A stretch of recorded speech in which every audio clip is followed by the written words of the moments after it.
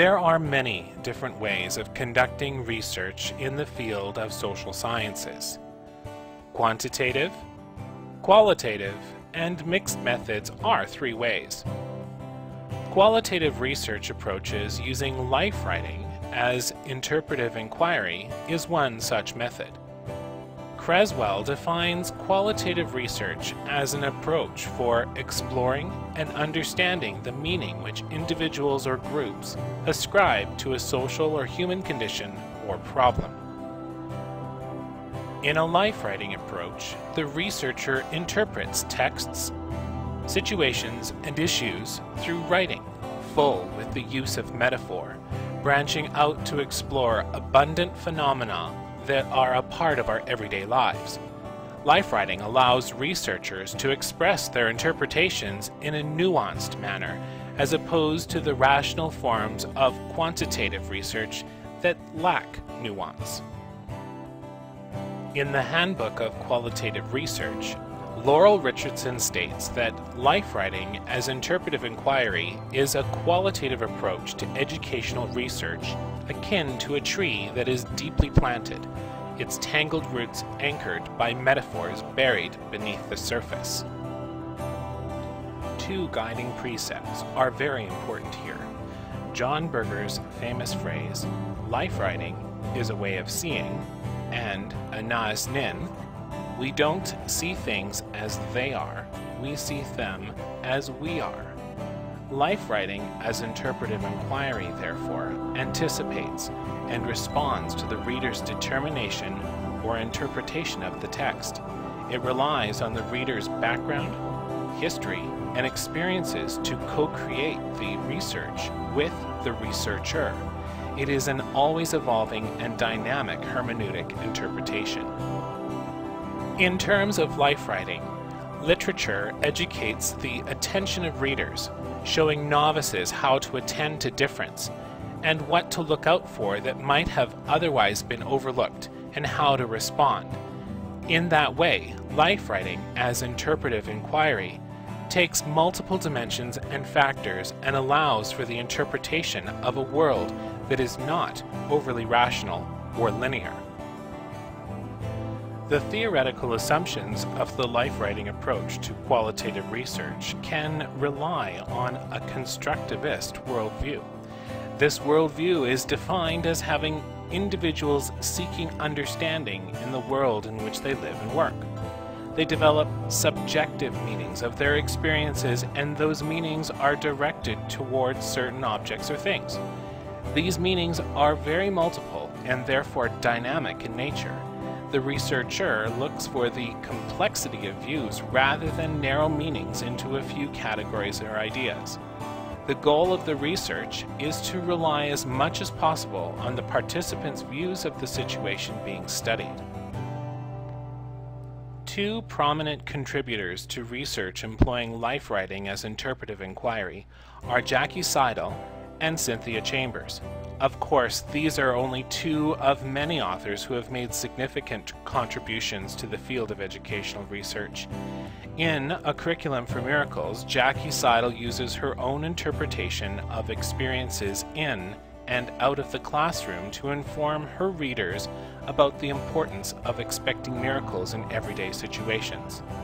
A Curriculum for Miracles is ecological, bursting forth from the understanding that the more diverse an environment is, the more creative and emergent the possibilities. Seidel concludes, "A Curriculum for Miracles understands that life can be opened from this place called a classroom or school, or it can be closed. Life can be seen as wondrous or dull. A Curriculum for Miracles smiles and cries, and dances and laughs. It is astonished. In the midst of it all, this is the curriculum that teaching has taught me."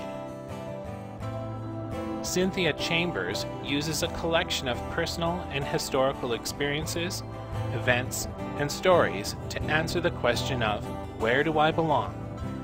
Through the interpretation of these events, Chambers concludes that the question was a good place to start, but not a good place to end, because, in spite of it all, I don't know the answer.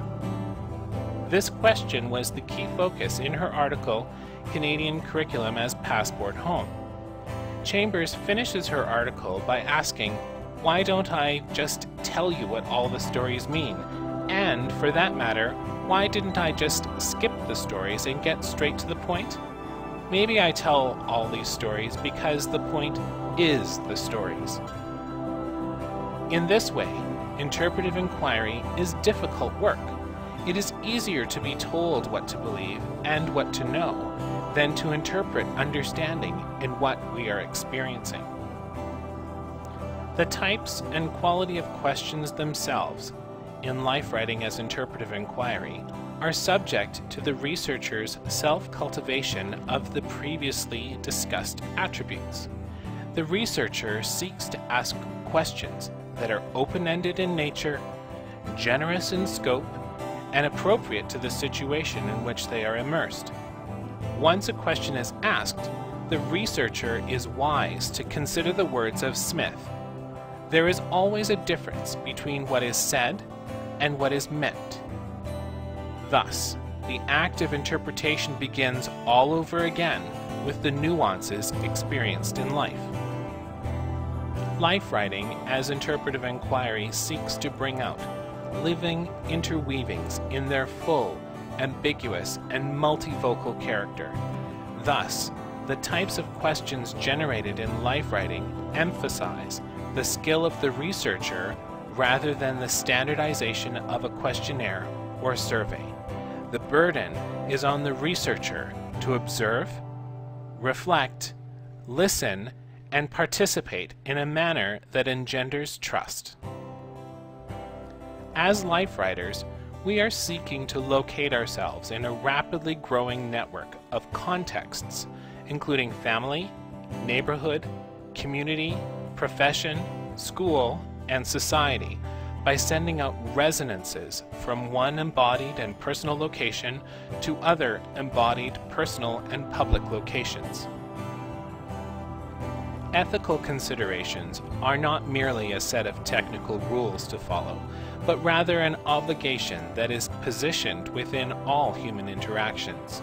In planning for ethical considerations in life writing, the researcher is obliged to ensure that the experiences being interpreted are done so in an authentic manner as to avoid distortion and falsification.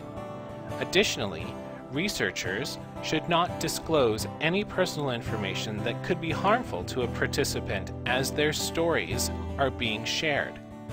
Collectively and individually, we are aware of the multitude of potential risks and ethical obligations that arise when we open the doors to our own and others' lives, and through this opening, seek and embrace transformation through education. In a life writing approach, the researcher needs to be upfront in their own biases and perspectives. For example, a good researcher often discusses how their interpretations are shaped by their background, such as gender, ethnicity, and socioeconomic status. This helps to establish the researcher as both forthcoming and reflective in their approach to their research, in the eyes of the viewer, as this is very important in interpretive inquiry.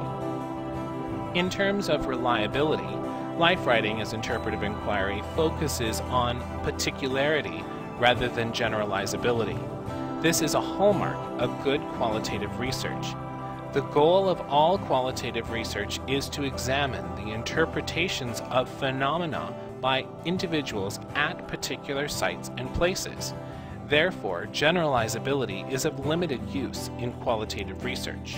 In this manner, life writing is all about personal interpretation of life events. Life writing presents itself in many forms, from traditional articles in academic journals to free verse poetry. There is no limit to the ways in which this research can be presented. Unlike quantitative research, where sampling methods are very stringent and exact, qualitative research lends itself to looking at the complexities of individuals instead of making mass assumptions about the group. Life writing as interpretive inquiry is sometimes criticized as lacking in scientific rigor. It's airy-fairy, critics will say, ignoring the ability of an interpretive researcher to conduct good research when trained in the arts of observation, listening, reflection, and writing.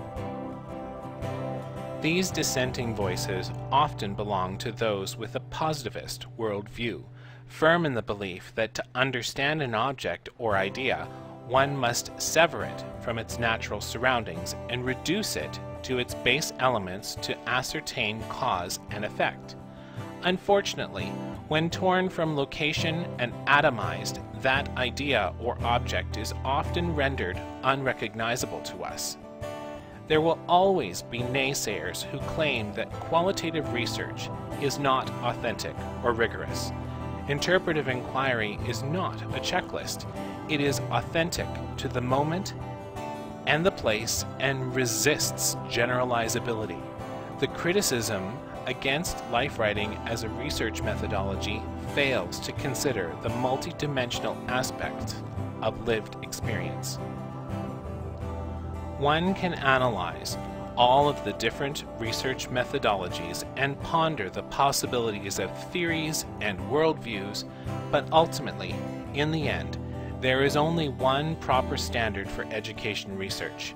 It should perform its function well. A good research project is one that clears up ambiguities in the situation it aims to resolve, while opening up fruitful lines of future inquiry. As a result, there are many models of good research, as there are research studies that clarify the situation to which they are addressed well and open up new, fruitful lines of inquiry. Life writing as a research methodology does just that. As life writing secures a place within the academy, so too is it finding a new home in the world.